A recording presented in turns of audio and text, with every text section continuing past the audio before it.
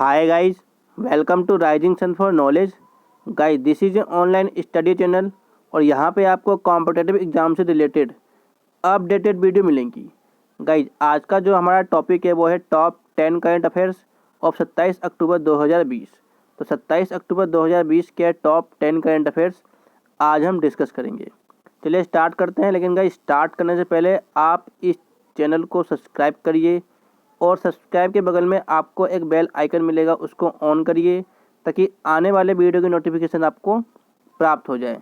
चलिए स्टार्ट करते हैं और पहला क्वेश्चन है, निम्न में से किस दिग्गज खिलाड़ी ने पुर्तगाल फार्मूला 1 रेस जीतकर अपने करियर की 92वीं खिताब अपने नाम किया है और माइकल शुमाकर का रिकॉर्ड तोड़ा है? तो वो खिलाड़ी हैं, option A Lewis Hamilton. Lewis Hamilton ने पुर्तगाल फार्मूला 1 रेस जीतकर अपने करियर का 92वां खिताब अपने नाम किया है और माइकल शुमाकर का रिकॉर्ड तोड़ा है। चलिए इसके कुछ मुख्य बिंदु देख लेते हैं। तो ब्रिटिश ड्राइवर लुइस हैमिल्टन ने पुर्तगाल ग्रैंड प्रीमियर फार्मूला 1 रेस जीतकर एक नया इतिहास रच दिया है। यह उनके करियर का 92वां खिताब था। वो जर्मनी के महान ड्राइवर माइकल शुमाकर से आगे निकल गए हैं। 6 बार विश्व चैंपियन हैमिल्टन की यह इस सत्र की 12वीं रेस में 8वीं जीत है। हैमिल्टन ने पहली F1 रेस 2007 में जीती थी और पहला खिताब 2008 में अपने नाम किया था। हाल ही में आलोक वर्मा को किस राज्य की लोक सेवा आयोग का अध्यक्ष नियुक्त किया गया है? तो ये किया गया है ऑप्शन सी हरियाणा का। हरियाणा के राज्यपाल सत्यदेव नारायण आर्य ने हाल ही में सेवानिवृत्त IAS अधिकारी आलोक वर्मा को हरियाणा लोक सेवा आयोग के अध्यक्ष के तौर पर शपथ दिलाई है। वह CM के ADC टूर के अलावा अन्य अहम विभागों का जिम्मा संभाल चुके हैं। वह 6 साल तक आयोग के चेयरमैन रहेंगे। आयोग के चेयरमैन का कार्यकाल अधिकतम 6 साल या 62 वर्ष की आयु तक होता है। Financial action task force FATF ने हाल ही में किस देश को ग्रे लिस्ट में बरकरार रखा है? तो वो देश है ऑप्शन डी पाकिस्तान को। Financial action task force FATF की बैठक में 23 अक्टूबर 2020 को फैसला लिया गया कि पाकिस्तान को ग्रे लिस्ट में रखा जाएगा। इसकी घोषणा FATF के अध्यक्ष मार्क्स पिलियर ने की है। Financial action task force FATF एक अंतर सरकारी निकाय है। यह बल साल 1989 में मनी लॉन्ड्रिंग और आतंकी फंडिंग को रोकने के समेत अन्य संबंधित खतरों का मुकाबला करने हेतु स्थापित किया गया था। और क्वेश्चन नंबर चौथा है हमारा, प्रधानमंत्री नरेंद्र मोदी ने 24 अक्टूबर को वीडियो कॉन्फ्रेंसिंग के जरिए गुजरात में कितने परियोजनाओं का उद्घाटन किया था? तो ये किया था ऑप्शन ए 3। प्रधानमंत्री नरेंद्र मोदी ने 24 अक्टूबर 2020 को वीडियो कॉन्फ्रेंसिंग के जरिए गुजरात में 3 परियोजनाओं का उद्घाटन किया था।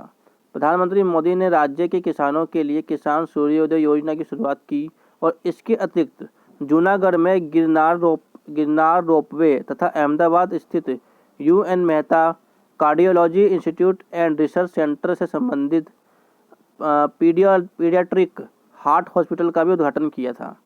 किसान सूर्योदय योजना का लक्ष्य सिंचाई के लिए किसानों को दिन के समय ऊर्जा की सप्लाई कराना है। क्वेश्चन नंबर 5 है हमारा, केंद्रीय भूगर्भ जल प्राधिकरण CGWU ने पानी की बर्बादी के बेवजह इस्तेमाल पर रोक लगाने हेतु कितना दंड निर्धारित किया है? तो ये किया है ऑप्शन बी 1 लाख रुपए जुर्माना एवं 5 साल तक की जेल। केंद्रीय भूगर्भ जल प्राधिकरण के नए निर्देश के अनुसार पीने योग्य पानी का दुरुपयोग भारत में 1 लाख रुपए तक का जुर्माना और 5 साल तक की जेल की सजा हो सकती है और यह दंडनीय अपराध होगा। इस आदेश का पालन करने के लिए सभी एक तंत्र विकसित करेगी और आदेश का उल्लंघन करने वालों को खिलाफ दंडात्मक उपाय किए जाएंगे।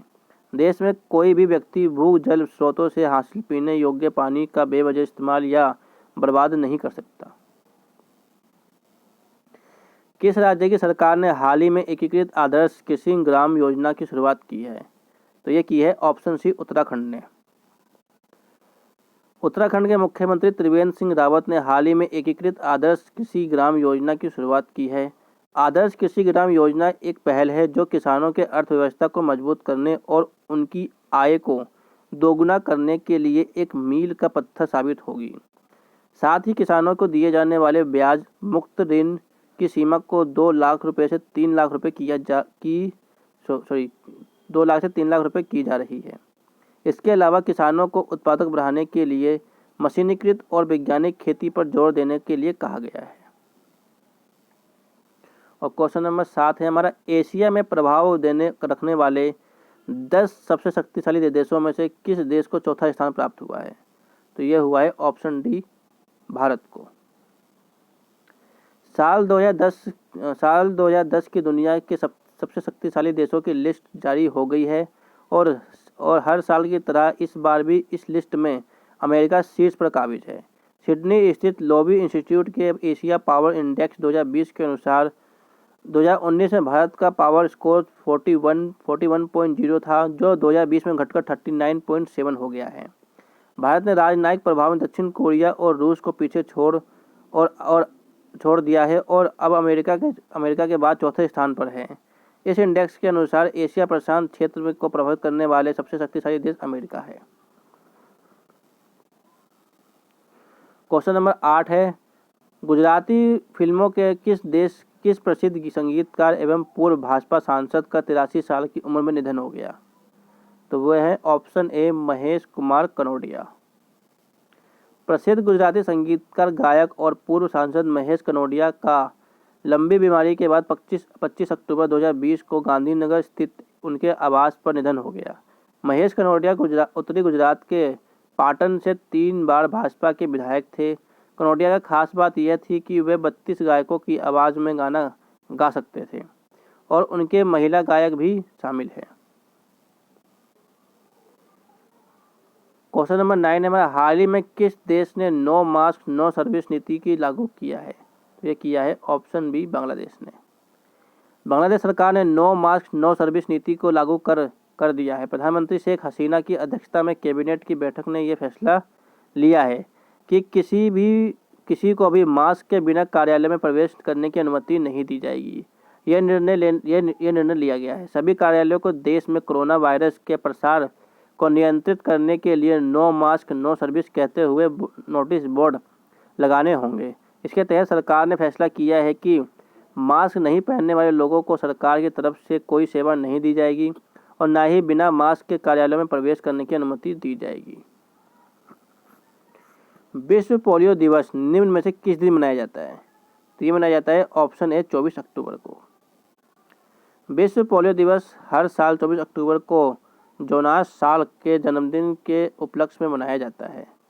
विश्व पोलियो दिवस पोलियो मुक्त दुनिया की एक वैश्विक प्रयासों को उजागर करने और दुनिया के हर कोने में पोलियो से उन्मूलन की लड़ाई में उन लोगों को अथक योगदान का सम्मान करने का एक अवसर प्रदान करता है।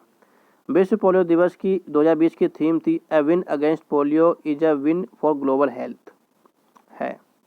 So this is the end of this video. उम्मीद करता हूँ यहाँ से आप लोगों को बहुत कुछ जानने को मिला होगा। Thanks for watching.